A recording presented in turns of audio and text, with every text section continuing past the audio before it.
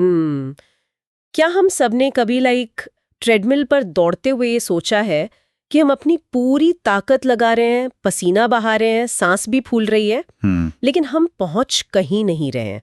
मतलब हम बस जहां थे वहीं के वहीं हैं। बिल्कुल। और अगर कोई इस ट्रेडमिल की ना स्पीड बढ़ा दे, तुम बस और तेजी से भागने लगते हैं, सिर्फ मुंह के बल गिरने से बचने के लिए। मंजिल फिर भी कोई नहीं होती। सही कहा। और पैसे और हमारी जिंदगी का जो रिश्ता है ना, वो भी कुछ ऐसा ही है। हम ज्यादा मेहनत करते हैं, ज्यादा कमाते हैं, लेकिन फिर भी जो वो आर्थिक तंगी है वो वहीं की वहीं रहती है। हाँ, हम उस पैसे वाली ट्रेडमिल से कभी उतर ही नहीं पाते। एग्जैक्टली। और इसी चूहा दौड़ को, इस ट्रेडमिल को आज हम डिकोड करने वाले हैं इस गहरी चर्चा में। तो सबसे पहले हेलो फ्रेंड्स, नमस्कार। हमारी यूट्यूब चैनल पुस्तिका में आपका स्वागत है। अब मन में ये सवाल आ सकता है कि पुस्तिका सीरीज क्यों इम्पोर्टेंट है? देखिए, इसका सीधा सा जवाब है क्योंकि यहाँ किसी भी बुक को डिटेल पार्ट वाइज एक्सप्लेन किया जाता है, जिसकी वजह से हमें मैक्सिमम नॉलेज एक जगह ही मिल जाता है और हमें मल्टीपल वीडियोस भी स्क्रॉल करने की जरूरत ही नहीं पड़ती। एकदम परफेक्ट। और आज हम फाइनेंशियल नॉलेज की एक सीरीज द फाइनेंस पुस्तिका में ना बहुत ही important book rich dad poor dad book की बात करेंगे। रॉबर्ट कियोसाकी की ये बुक दुनिया की सबसे फेमस पर्सनल फाइनेंस बुक्स में से एक है। बिल्कुल है। और इसे पढ़ना इसलिए जरूरी है क्योंकि ये पैसे, इन्वेस्टमेंट्स और फाइनेंशियल फ्रीडम के बारे में हमारी पुरानी सोच को ना एकदम बदल देती है। और सबसे इम्पोर्टेंट बात यह है कि ये फाइनेंशियल नॉलेज हमारे यहाँ स्कूल या कॉलेज में नहीं पढ़ाया जाता। हाँ, ये तो है। या तो इसे पूरी जिंदगी अपने एक्सपीरियंस के साथ सीखना पड़ता है, धक्के खा के, या फिर अच्छी किताबों के माध्यम से जो राइटर का असली जो ओरिजिनल एक्सपीरियंस होता है उससे सीखना पड़ता है। बिल्कुल सही। तो आज की इस गहरी चर्चा का जो हमारा मिशन है वो इस किताब के दूसरे अध्याय, मतलब अमीर लोग पैसे के लिए काम नहीं करते, इसकी कहानी और उसके सबसे बड़े सबक को समझना है। तो चलिए शुरू करते हैं। हाँ, तो शुरुआत होती है 1956 से। रॉबर्ट उस वक्त सिर्फ 9 साल के थे। हुआ कुछ यूं कि रॉबर्ट और उनके दोस्त माइक को उनके एक अमीर दोस्त जिमी ने अपने बीच हाउस पर नहीं बुलाया। और कारण क्या था? क्योंकि वे गरीब बच्चे थे। आप सोचिए, मतलब एक 9 साल के बच्चे के दिमाग पे इसका क्या असर हुआ होगा। बहुत बुरा असर हुआ होगा। ये एक बहुत बड़ा इमोशनल धक्का था। रॉबर्ट उसी पब्लिक स्कूल में जाते थे जहां अमीर लोगों के बच्चे पढ़ते थे। वो असल में सड़क पर रहने वाले गरीब नहीं थे। हाँ, उनके पास घर वगैरह तो था। बिल्कुल। उनके पिता एक बहुत ही पढ़े लिखे सरकारी अधिकारी थे, लेकिन जब बाकी बच्चों के पास नई साइकिलें, महंगे खिलौने और वो बीच हाउस हों, तो एक बच्चे को अपनी कमी बहुत गहराई से महसूस होती है ना। सही बात है। और इसी बात से आहत होकर रॉबर्ट ने अपने गरीब डैडी से, जो कि बहुत पढ़े लिखे थे लेकिन फाइनेंशियली हमेशा स्ट्रगल करते थे, उनसे पूछा कि डैडी, अमीर कैसे बने? और उनके डैडी ने क्या कहा? उन्होंने बस इतना कहा कि पैसे बनाने के लिए अपने दिमाग का इस्तेमाल करो। और यहाँ से जो होता है ना, वो मुझे बहुत ही मजेदार लगता है। हाँ, क्योंकि एक 9 साल के बच्चे का दिमाग रूपकों को नहीं समझता। बिल्कुल नहीं। वो हर बात को बिल्कुल लिटरली लेता है। उनके डैडी ने कहा पैसे बनाओ, तो उन्होंने सचमुच पैसे बनाने का फैसला कर लिया। अरे हाँ, उन्होंने सच में अपना प्रोडक्शन शुरू कर दिया। रॉबर्ट और माइक ने अपने पूरे मोहल्ले के दरवाजे खटखटाए और पड़ोसियों से इस्तेमाल किए हुए टूथपेस्ट के ट्यूब मांगे, जो उस टाइम शीशे के होते थे। हाँ, लेड के बने होते थे। उन्होंने एक डब्बे में वो सारे ट्यूब जमा कर लिए और फिर कोयले की आग पर उन शीशे के ट्यूब्स को पिघलाया और उस पिघले हुए शीशे को प्लास्टर ऑफ पेरिस के सांचों में डालना शुरू किया। और वो सांचे असली निकल के सिक्कों के बने थे। हाँ, मतलब उन्होंने सचमुच घर में अपनी टकसाली खोल ली, मिंट बना लिया पूरा। बिल्कुल। ये तो ऐसा था जिसे सिस्टम को समझे बिना खुद ही नोट छापने की मशीन लगा लेना। एकदम सही एनालॉजी है। उनके पिता ने जब ये देखा तो उन्हें बच्चों को बैठाकर समझाना पड़ा कि ये जो तुम कर रहे हो ना, इसे जालसाजी कहते हैं, ये गैर कानूनी है। बाप रे, बच्चों के सपने तो वहीं टूट गए होंगे। हाँ, उन्हें लगा कि वो सचमुच करीब हैं।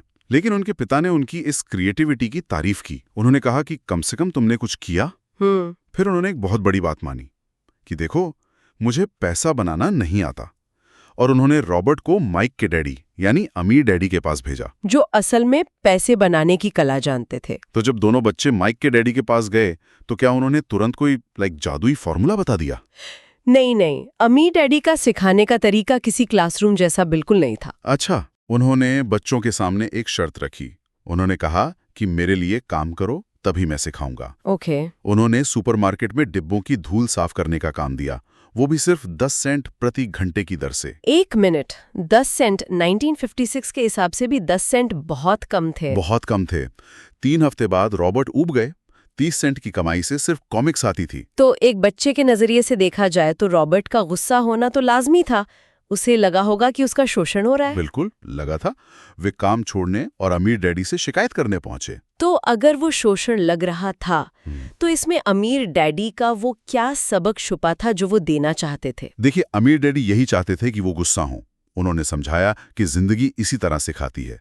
जिंदगी आपसे बातें नहीं करती, बल्कि वो आपको धक्के देती है। धक्के देती है मतलब हर धक्के का अर्थ है कि जिंदगी कह रही है कि जाग जाओ, कुछ सीखो।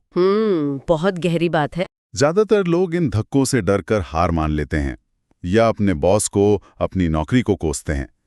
लेकिन जो लोग सबक सीखते हैं वे आगे बढ़ जाते हैं। सच्ची शिक्षा के लिए ना ऊर्जा और थोड़े गुस्से की जरूरत होती है। तो अगर लोग बस पैसे के लिए काम करते हैं और जिंदगी उन्हें धक्के मारती है, तो फिर अमीर डैडी का वो पहला और सबसे बड़ा नियम क्या था? वो सुनहरा नियम था, गरीब और मध्यम वर्गीय लोग पैसे के लिए काम करते हैं, अमीरों के लिए पैसा काम करता है। अच्छा। और इस नियम को सिखाने के लिए अमीर डैडी ने उनकी वो 10 सेंट की तनख्वाह भी बंद कर दी। उन्होंने कहा कि अब मुफ्त में काम करो। क्या? मुफ्त में? ये तो किसी को भी गुस्सा दिला दे। बिल्कुल। और ये जांचने के लिए कि बच्चे लालच में आते हैं या नहीं, अमीर डैडी ने उन्हें $2 प्रति घंटे और फिर $5 प्रति घंटे का लालच दिया। $5? 1956 में ये तो बहुत बड़ी रकम थी। बहुत बड़ी। लेकिन बच्चों ने अपनी भावनाओं पर काबू रखा और मुफ्त में काम करने के लिए अड़े रहे। वाओ! तो इसमें क्या सबक था? अमीर डैडी ने समझाया कि ज्यादातर लोगों की जिंदगी 2 भावनाओं से चलती है, एक डर और दूसरा लालच। डर और लालच? इसे थोड़ा और एक्सप्लेन करेंगे? बिल्कुल। पैसे ना होने का डर ना उन्हें सुबह उठकर काम पर जाने के लिए मजबूर करता है, और जब पैसा मिलता है तो नई चीजें खरीदने का लालच हावी हो जाता है। जिसे हम लाइफस्टाइल इन्फ्लेशन भी कहते हैं। हाँ, इसे ही चूहा दौड़ या रैट रेस कहते हैं। तो ये तो वही बात हो गई जो अमीर डैडी ने वो गधे और गाजर के उदाहरण से समझाई थी, है ना? तो मतलब गधे के सामने गाजर लटकी होती है, गधा गाजर के लालच में दौड़ता रहता है, मालिक अपनी मंजिल पर पहुंच जाता है, लेकिन गधे को सिर्फ एक इल्यूजन मिलता है। हाँ, एक भ्रम मिलता है। और अगले दिन एक नई गाजर आ जाती है। बिल्कुल सही। लोग भावनाओं से सोचते हैं, दिल से सोचते हैं, दिमाग से नहीं। यहाँ तक कि कई अमीर लोग भी पैसे के पीछे सिर्फ इसलिए भागते हैं क्योंकि उन्हें गरीब हो जाने का डर सताता रहता है। अरे बाप रे! असली हल है दिमाग का इस्तेमाल करना। लेकिन एक प्रैक्टिकल सवाल है यहाँ पर। अगर वे मुफ्त में काम कर रहे थे और उन्हें वेतन नहीं मिल रहा था, तो वे अमीर कैसे बन सकते थे? बिना पैसे के पैसा उनके लिए कैसे काम करेगा? यही तो टर्निंग पॉइंट है। जब दिमाग से वो हर महीने मिलने वाली तनख्वाह का लालच निकल जाता है ना, तब दिमाग उन अवसरों को देखने लगता है जिन्हें आम लोग नहीं देख पाते। अच्छा, तो उन्होंने क्या अवसर देखा? मुफ्त में काम करते हुए रॉबर्ट और माइक ने ध्यान दिया कि स्टोर मैनेजर मिसेस मार्टिन पुरानी कॉमिक बुक्स का आधा कवर फाड़कर बाकी की कॉमिक्स फेंक रही थी। फेंक रही थी? लेकिन क्यों? वो डिस्ट्रीब्यूटर को दिखाने के लिए कि किताब बिकी नहीं। अब बच्चों ने क्या किया, उन्होंने डिस्ट्रीब्यूटर से वो बची हुई कॉमिक्स मांग ली। स्मार्ट। और फिर माइक के बेसमेंट में उन्होंने एक कॉमिक्स लाइब्रेरी खोली। अरे वाह! और मोहल्ले के बच्चों से शायद 10 सेंट लेकर उन्हें 2 घंटे कॉमिक्स पढ़ने की सुविधा दी। मतलब एक तरह से जो कचरा था उससे उन्होंने बिजनेस बना लिया। बिल्कुल।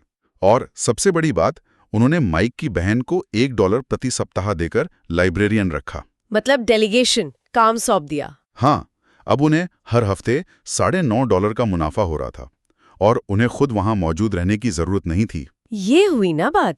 उनका व्यवसाय उनके लिए काम कर रहा था, उनका पैसा उनके लिए काम कर रहा था, ना कि वे पैसे के लिए। ये सच में बहुत ही पावरफुल कॉन्सेप्ट है। जब हम पैसे के लिए काम नहीं करते तो हमारा दिमाग एसेट बनाने पर फोकस करता है। बिल्कुल सही कहा आपने। तो अब हम इस गहरी चर्चा के एंड पर आ गए हैं। इस किताब ने वाकई बहुत कुछ सोचने पर मजबूर कर दिया है। हाँ, और मैं अंत में एक बहुत गहरी बात याद दिलाना चाहूंगा जो अमीर डैडी ने कही थी। उन्होंने कहा था कि पैसा सिर्फ एक मायाजाल है, एक भ्रम है। जब तक जनता का अज्ञान और भरोसा इस ताश के महल पर टिका है, तब तक लोग पैसे के गुलाम बने रहेंगे। जरा सोचिए, जिस कागज के टुकड़े के लिए हम जिंदगी भर डर और लालच में भागते रहते हैं। सही बात है। अगर हम अपनी भावनाओं को समझकर उससे ऊपर उठ जाएं, तो हम अपनी जिंदगी के असली मालिक बन सकते हैं। इस विचार को अपने साथ रखिएगा। बिल्कुल, ये बहुत ही प्रोवोकेटिव थॉट है। तो दोस्तों, हम चाहते हैं कि आप सब आज एक कमिटमेंट लें, ये नियम अपने जीवन में अपनाएं कि आप पैसे के लिए काम नहीं करेंगे, बल्कि पैसे से अपने लिए काम करवाएंगे। और अपनी भावनाओं को, मतलब उस डर और लालच को, अपने फैसलों पर हावी नहीं होने देंगे। तो हमें कमेंट करके ज़रूर बताएं कि कौन-कौन इस लर्निंग को अपनी असल ज़िंदगी में अप्लाई करने वाला है। और हाँ, इस बेहतरीन किताब के अगले एपिसोड में भी ज़रूर आएं। बिल्कुल, और हमें ये भी बताएं कि आप अगली कौन सी बुक चाहते हैं जिस पर हम चर्चा करें। और दोस्तों, हमारे YouTube चैनल पुस्तिका को सब्सक्राइब करना ना भूलें और वीडियो को लाइक करें। If already subscribed, then share and give your precious comments. अगर आपको हमारे इस एफर्ट से आपका बेनिफिट हुआ है तो हमें बताना मत भूलिएगा। सही कहा। आपके कमेंट्स हमें ऐसे ही और वीडियो बनाने के लिए प्रोत्साहित करते हैं। बिल्कुल करते हैं।